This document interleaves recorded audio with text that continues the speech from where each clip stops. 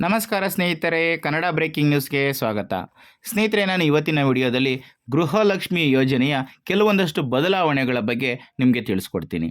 ನಿಮಗೆ ಅವಾಗವಾಗೆ ಕೆಲವೊಂದಷ್ಟು ಜನ ನಮಗೆ ದುಡ್ಡು ಬಂತಿಲ್ಲ, ಇದುವರೆಗೂ ಕೂಡ ಜೂನ್ ತಿಂಗಳಿನ ದುಡ್ಡು ಬಂದಿಲ್ಲ, ಜುಲೈ ತಿಂಗಳಿನ ದುಡ್ಡು ಬಂದಿಲ್ಲ, ಮಾರ್ಚ್ ತಿಂಗಳಿನ ದುಡ್ಡು ಬಂದಿಲ್ಲ, ಈ ಥರ ಸುಮಾರಷ್ಟು ಕಂಪ್ಲೇಂಟ್ಗಳು ಮತ್ತು ಕಾಮೆಂಟ್ಸ್ಗಳು ಕೂಡ ಬರ್ತಾನೆ ಇರುತ್ತೆ. ಸ್ನೇಹಿತರೆ, ನಿಮಗೆಲ್ಲ ಗೊತ್ತೇ ಇದೆ, 2025-26 ವರ್ಷದ ಈ ಏಪ್ರಿಲ್ ತಿಂಗಳಿನ ಹಣ ಏನಿದೆ, ಅಂದರೆ 21ನೇ ಕಂತಿನ ಹಣ ಏನಿದೆ, ಅದು ಯಾರಿಗೂ ಕೂಡ ಬಂದಿರಲಿಲ್ಲ. ಆದರೆ ಈಗ ವರಮಹಾಲಕ್ಷ್ಮಿ ಹಬ್ಬದ ದಿನ ಒಂದು ಕಂತಿನ ಹಣ ಬಂದಿದೆ.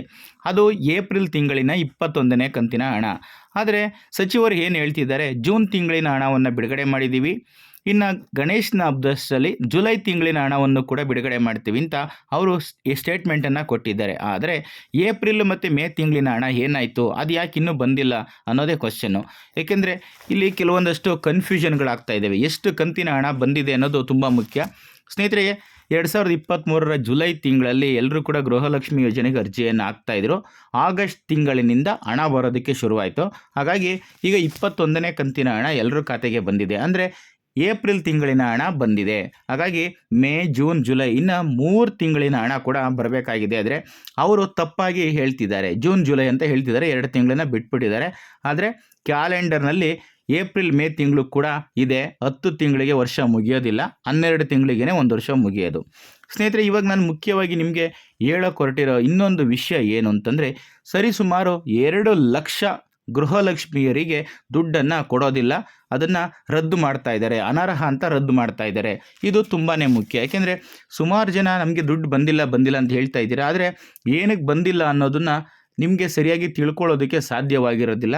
ಕೆಲವೊಂದಷ್ಟು ಮಾಹಿತಿಗಳ ಪ್ರಕಾರ ನಿಮ್ಮ ದಾಖಲೆಗಳು ಸರಿಯಾಗಿಲ್ಲ ಅಂತಂದರೆ, ಮತ್ತು ನಿಮ್ಮ ಬ್ಯಾಂಕ್ ಖಾತೆಗಳ ವಿವರಗಳನ್ನ ಕೊಟ್ಟಾಗ ಅಲ್ಲೇನಾದರೂ ತಪ್ಪಾಗಿದ್ದರೆ, ನಿಮ್ಮ ಬ್ಯಾಂಕಿಗೆ ಆಧಾರ್ ನಂಬರ್ ಸರಿಯಾಗಿ ಲಿಂಕ್ ಆಗಿಲ್ಲ ಅಂದರೆ, ಅಥವಾ ಬ್ಯಾಂಕ್ನಲ್ಲಿ ಮತ್ತು ಗೃಹಲಕ್ಷ್ಮಿ ಯೋಜನೆಗೆ ಕೊಟ್ಟಾಗ ಅಲ್ಲಿ ಏನಾದರೂ ಮಾಹಿತಿಗಳು ಅದ್ಲು ಬದಲಾಗಿದ್ದರೆ, ನಿಮ್ಮ ಹೆಸರಲ್ಲಿ ಏನಾದರೂ ತೊಂದರೆ ಆಗಿದರೆ ನಿಮಗೆ ದುಡ್ಡು ಬರೋದು ನಿಂತು ಹೋಗುತ್ತೆ.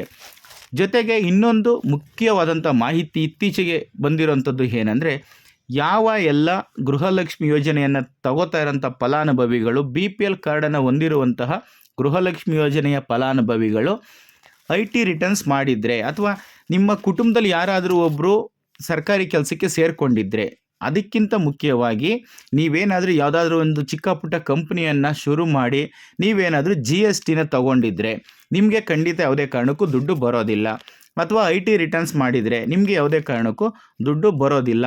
ಇವಾಗ ಸ್ಟಾರ್ಟಿಂಗಲ್ಲಿ ಅವರು ಗೃಹಲಕ್ಷ್ಮಿ ಯೋಜನೆ ಹಣವನ್ನು ಕೊಡ್ತೀನಿ ಅಂತ ಹೇಳಿದಾಗ ಈ ಥರ ರೂಲ್ಸನ್ನು ಹೇಳಿರಲಿಲ್ಲ. ಆದರೆ ಏನಕ್ಕೆ ಹೇಳಿರಲಿಲ್ಲ ಅಂತ ಎಲ್ಲರೂ ಈಗ ಕ್ವೆಶ್ಚನ್ ಮಾಡ್ತಾ ಇದ್ದಾರೆ. ಆದರೆ ನೀವೇನಾದರೂ GSTನ ತೊಗೊಂಡ್ರೆ ಆಟೋಮೆಟಿಕ್ಕಾಗಿ ನಿಮ್ಮ ರೇಷನ್ ಕಾರ್ಡು ಕ್ಯಾನ್ಸಲ್ ಆಗುತ್ತೆ. ಆದರೆ ಕ್ಯಾನ್ಸಲ್ ಆಗೋದಕ್ಕೂ ಕೂಡ 1 ವರ್ಷ, ಕೆಲವರಿಗೆ 1 ವರ್ಷ ಟೈಮ್ ಇದ್ದೇ ಇರುತ್ತೆ. ಏಕೆಂದರೆ ಈಗ ನೀವು GST ತೊಗೊಂಡ್ರಿ ಅಂತಂದರೆ ನೀವು IT ರಿಟರ್ನ್ಸ್ ಮಾಡೋದಕ್ಕೆ 1 ವರ್ಷ ಟೈಮ್ ಇರುತ್ತೆ. 1 ವರ್ಷ ಆದಮೇಲೆ ನೀವು IT ರಿಟರ್ನ್ಸ್ ಮಾಡ್ತೀರಾ, ಅಲ್ಲಿವರೆಗೂ ಟೈಮ್ ಇರುತ್ತೆ. ಆ ಟೈಮಲ್ಲಿ ನಿಮ್ಮ ರೇಷನ್ ಕಾರ್ಡು ಕ್ಯಾನ್ಸಲ್ ಆಗುತ್ತೆ. ಹಾಗಾಗಿ 1 ವರ್ಷ ನೀವು ದುಡ್ಡು ತೊಗೊಂಡಿರ್ತೀರ. ಏಕೆಂದರೆ ಈ ಯೋಜನೆ ಪ್ರಾರಂಭವಾಗಿಯೇ 2 ವರ್ಷ ಆಯಿತು. ಹಾಗಾಗಿ ಸ್ಟಾರ್ಟಿಂಗಲ್ಲಿ ನಿಮಗೆ ಬಂದ್ಬಿಟ್ಟಿರುತ್ತೆ. ನೀವು GSTನ ತೊಗೊಂಡಿರ್ತೀರ, ರೇಷನ್ ಕಾರ್ಡು ಕೂಡ ಇರುತ್ತೆ. ಹಾಗಾಗಿ ಆ ಒಂದು ಆಧಾರದ ಮೇಲೆ ನೀವು ಗೃಹಲಕ್ಷ್ಮಿ ಯೋಜನೆಗೆ ಅರ್ಜಿಯನ್ನು ಕೂಡ ಹಾಕಿರ್ತೀರ, ನಿಮಗೆ ದುಡ್ಡು ಕೂಡ ಬರೋದಕ್ಕೆ ಶುರುವಾಗಿರುತ್ತೆ. ಆಮೇಲೆ ನೀವು GST ಮಾಡಿಸ್ಕೊಂಡಿರ್ತೀರಲ್ಲ, ಅವರೆಲ್ಲ IT ರಿಟರ್ನ್ಸ್ ಮಾಡಿದಾಗ ಏನಾಗುತ್ತೆ, ನಿಮ್ಮ ರೇಷನ್ ಕಾರ್ಡು ಕ್ಯಾನ್ಸಲ್ ಆಗೋಕ್ಕೆ ಶುರುವಾಗುತ್ತೆ. ಈ ಥರ ಅಂಥವರು GST ಮಾಡಿಸ್ಕೊಂಡಿರೋವಂಥವ್ರು ಈ ಒಂದು ಗೃಹಲಕ್ಷ್ಮಿ ಯೋಜನೆಗೆ ಅರ್ಜಿಯನ್ನು ಹಾಕಲೇಬಾರದು. ಯಾಕೆಂದರೆ ಇದು ಬಡವರಿಗೋಸ್ಕರವಾಗಿ ಕೊಡ್ತಾ ಇರುವಂತಹ ಒಂದು ಯೋಜನೆ ಆಗಿರೋದ್ರಿಂದ ನೀವು ಅರ್ಜಿಯನ್ನು ಹಾಕಲೇಬಾರ್ದಾಗಿತ್ತು. ಅದನ್ನು ಮೀರಿ ನೀವೇನಾದರೂ ಅರ್ಜಿಯನ್ನು ಹಾಕಿದ್ದೀರಾ ಅಂತಂದರೆ ಪ್ರಾರಂಭದಲ್ಲಿ ನಿಮಗೆ ದುಡ್ಡು ಬರಲೂಬಹುದು, ನಂತರ ಹೋಗ್ತಾ ನಿಮಗೆ ಆ ದುಡ್ಡನ್ನು ಬರೋದಿಲ್ಲ, ಕಟ್ ಮಾಡ್ತಾರೆ. ಈಗ ಅದೇ ಒಂದು ಕಾರಣಕ್ಕೋಸ್ಕರ ಸರಿಸುಮಾರು 2 ಲಕ್ಷ ಗೃಹಲಕ್ಷ್ಮಿಯರಿಗೆ, ಅಂದರೆ 2 ಲಕ್ಷ BPL ಕುಟುಂಬದವರಿಗೆ ಈ ಒಂದು ಯೋಜನೆಯನ್ನು ಅನರ್ಹ ಅಂತ ಕ್ಯಾನ್ಸಲ್ ಮಾಡಿದೆ. ಸುಮಾರು 1.28 ಕೋಟಿ ಮಹಿಳೆಯರ ಖಾತೆಗೆ ಈ ದುಡ್ಡನ್ನು ಇದುವರೆಗೂ ಕೂಡ ಹಾಕ್ತಾಯಿದ್ರು. ಪ್ರತಿ ತಿಂಗಳು ಕೂಡ ಈ ಒಂದು ಗೃಹಲಕ್ಷ್ಮಿ ಯೋಜನೆಗೆ ತುಂಬ ಜನ ರಿಜಿಸ್ಟರ್ ಮಾಡ್ತಾನೆ ಇದ್ದಾರೆ. ಯಾಕೆಂದರೆ ಇದಕ್ಕೆ ಯಾವುದೇ ನಿರ್ದಿಷ್ಟವಾದಂತಹ ಕಾಲಮಿತಿ ಇಲ್ಲ. ಈ ಸರ್ಕಾರ ಏನು ಅಧಿಕಾರದಲ್ಲಿ ಇರುತ್ತೋ 5 ವರ್ಷ, ಅಲ್ಲಿವರೆಗೂ ಕೂಡ ನಾವು ಕೊಡ್ತೀವಿ ಅಂತ ಹೇಳಿದ್ದಾರೆ. ಹಾಗಾಗಿ ಪ್ರತಿ ತಿಂಗಳು ಕೂಡ ನೀವು ಇದಕ್ಕೆ ರಿಜಿಸ್ಟ್ರೇಷನನ್ನು ಮಾಡ್ಕೋಬೋದು. ನಿಮ್ಮ ದಾಖಲೆಗಳು ಸರಿಯಾಗಿತ್ತು ಅಂತಂದರೆ ನಿಮ್ಮ ಖಾತೆಗೆ ಹಣ ಬರೋದಕ್ಕೆ ಶುರುವಾಗುತ್ತೆ. ಆದರೆ ಇವಾಗ 2 ಲಕ್ಷ ಜನನ ಅನರ್ಹ ಅಂತ ಏನು ತೆಗಿತಿದ್ದಾರೆ, ಅವ್ರಿಗೆ ಅವರ ರೇಷನ್ ಕಾರ್ಡು ಕೂಡ ಕ್ಯಾನ್ಸಲ್ ಆಗುತ್ತೆ. ಅವರ ಗೃಹಲಕ್ಷ್ಮಿ ಯೋಜನೆಯ ಹಣ ಕೂಡ ಕಟ್ ಆಗುತ್ತೆ. ಏಕೆಂದರೆ ಇದನ್ನು ಬಡವ್ರಿಗೆ ಮಾತ್ರ ಕೊಡಬೇಕು.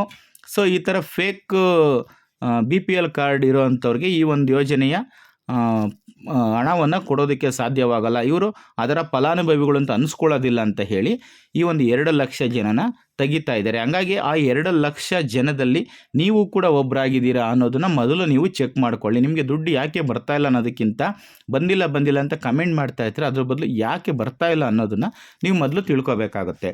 ಹಾಗಾಗಿ ನಿಮ್ಮ ದಾಖಲೆಗಳು ಸರಿಯಾಗಿದೆಯಲ್ವ ಅಂತ ಚೆಕ್ ಮಾಡ್ಕೊಳ್ಳಿ. ಹಾಗೆ ನಿಮಗೆ ನಿಮ್ಮ ತಾಲೂಕು ಕಚೇರಿ ಆಫೀಸ್ಗಳಿಗೆ ಹೋಗಿ ನಿಮಗೆ ಯಾಕೆ ದುಡ್ಡು ಬರ್ತಾ ಇಲ್ಲ ಅನ್ನೋದನ್ನು ಒಂದು ಸಲ ನೀವು ಚೆಕ್ ಮಾಡಿಸ್ಕೊಂಡ್ರೆ ನಿಮಗೆ ಗೊತ್ತಾಗುತ್ತೆ. ಅದಕ್ಕಿಂತ ಮೊದಲು ನಿಮ್ಮ ಒಂದು ವ್ಯವಸ್ಥೆ ಬಗ್ಗೆ ನಿಮಗೆ ಗೊತ್ತಿರುತ್ತೆ. ನಮ್ಮ ಕುಟುಂಬದಲ್ಲಿ ನಾವು ಗೃಹಲಕ್ಷ್ಮಿಗೆ ಅಪ್ಲೈ ಮಾಡಿದ ನಾವು ಕಡು ಬಡವರಾಗೇ ಇದ್ವಿ. ನಮ್ಮ ಕುಟುಂಬದಲ್ಲಿ ಯಾವುದೋ ಒಬ್ಬ ವ್ಯಕ್ತಿ ಸರ್ಕಾರಿ ಕೆಲಸಕ್ಕೆ ಸೇರ್ಕೊಂಡ, ಚೆನ್ನಾಗಿ ಓದಿದ್ದ, ಒಂದು ತುಂಬ ಉತ್ತಮವಾದಂಥ ಒಳ್ಳೆ ಕೆಲಸನೇ ಸಿಕ್ತು, ತಹಸೀಲ್ದಾರೋ DC ಯಾವುದೋ ಒಂದು ಒಳ್ಳೆ ಪದವಿನೇ ಸಿಕ್ತು ಅಂದರೆ ಆ ಟೈಮಲ್ಲಿ ನಿಮ್ಮ ರೇಷನ್ ಕಾರ್ಡ್ ಆಟೋಮೆಟಿಕಾಗಿ ಕ್ಯಾನ್ಸಲ್ ಆಗುತ್ತೆ. ನಿಮಗೆ ಈ ಯೋಜನೆ ಹಣ ಆಟೋಮೆಟಿಕಾಗಿ ನಿಂತೋಗುತ್ತೆ. ಕೆಲವೊಂದಷ್ಟು ಜನಕ್ಕೆ ಇದು ಗೊತ್ತಿರೋದಿಲ್ಲ.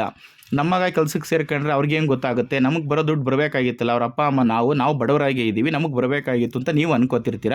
ಆದರೆ ನಿಮಗೆ ಗೊತ್ತಿರಲಿ, ನಿಮಗೆ BPL ಕಾರ್ಡಿನ ಆಧಾರದ ಮೇಲೆ ಗೃಹಲಕ್ಷ್ಮಿ ಯೋಜನೆ ಹಣವನ್ನು ಕೊಡ್ತಾ ಇರೋದ್ರಿಂದ ನಿಮ್ಮ BPL ಕಾರ್ಡಿನಲ್ಲಿ ನಿಮ್ಮ ಕುಟುಂಬದ ಸದಸ್ಯರು ಎಷ್ಟು ಜನ ಇರ್ತಾರೋ ಅಷ್ಟು ಜನದಲ್ಲಿ ಯಾವುದೋ ಒಬ್ಬ ಸದಸ್ಯರಿಗೆ ಸರ್ಕಾರಿ ಕೆಲಸ ಸಿಕ್ಕಿದ್ರೂ, ಅದರಲ್ಲಿ ಯಾವುದೇ ಒಬ್ಬ ಸದಸ್ಯ ಏನಾದ್ರೂ ಟ್ಯಾಕ್ಸ್ ಪೇಯರ್ ಆಗಿದ್ರೂ, IT ರಿಟರ್ನ್ಸ್ ಮಾಡಿದ್ರೂ ಕೂಡ ನಿಮ್ಮ ಕಾರ್ಡು ಅನರ್ಹ ಅಂತ ಆಗುತ್ತೆ. ನಿಮ್ಮ ಕಾರ್ಡು ಕೂಡ ಕ್ಯಾನ್ಸಲ್ ಆಗುತ್ತೆ. ಈ ಗೃಹಲಕ್ಷ್ಮಿ ಯೋಜನೆಯ ಹಣ ಕೂಡ ಯಾವುದೇ ಕಾರಣಕ್ಕೂ ಬರೋದಿಲ್ಲ. ಸ್ನೇಹಿತರೆ, ಇದಿಷ್ಟು ಈ ಗೃಹಲಕ್ಷ್ಮಿ ಯೋಜನೆಯ ಒಂದು 2,000 ರೂಪಾಯಿ ಹಣ ಏನಿದೆ ಅದು ಯಾರ್ಯಾರಿಗೆ ಬರೋದಿಲ್ಲ, ಆ 2 ಲಕ್ಷ ಜನದಲ್ಲಿ ನೀವು ಕೂಡ ಒಬ್ಬರಾಗಿದ್ರೆ ಇಲ್ವಾ ಅನ್ನೋದನ್ನು ನೀವೇ ತಿಳ್ಕೊಳ್ಳೋದಕ್ಕೆ ನಾನು ಕೊಡ್ತಾ ಇರುವಂತಹ ಒಂದು ಸಣ್ಣ ಮಾಹಿತಿ. ಈ ಒಂದು ಮಾಹಿತಿ ನಿಮಗೆ ಇಷ್ಟ ಆಗಿದರೆ ಈ ವಿಡಿಯೋಗೆ ಒಂದು ಲೈಕ್ ಕೊಡಿ. ಹಾಗೆ ಈ ವಿಡಿಯೋನ ಶೇರ್ ಮಾಡೋದನ್ನು ಯಾವುದೇ ಕಾರಣಕ್ಕೂ ಮರಿಬೇಡಿ. ಇಂಥದ್ದೇ ಮತ್ತಷ್ಟು ಮಾಹಿತಿಗೋಸ್ಕರ ನಮ್ಮ ಚಾನಲನ್ನು ಸಬ್ಸ್ಕ್ರೈಬ್ ಮಾಡಿಕೊಂಡು ಪ್ರತಿನಿತ್ಯ ನೋಡ್ತಾ ಇರಿ. ಮತ್ತೊಂದು ಹೊಸ ಮಾಹಿತಿಯೊಂದಿಗೆ ಮುಂದಿನ ವಿಡಿಯೋದಲ್ಲಿ ಸಿಗ್ತೀನಿ. ಅಲ್ಲಿಯವರೆಗೂ ಕೂಡ ಎಲ್ಲರೂ ತಪ್ಪದೇ ಈ ವಿಡಿಯೋನ ನೋಡ್ತಾ ಇರಿ. ಎಲ್ರಿಗೂ ಒಳ್ಳೆಯದಾಗಲಿ. ಧನ್ಯವಾದಗಳು.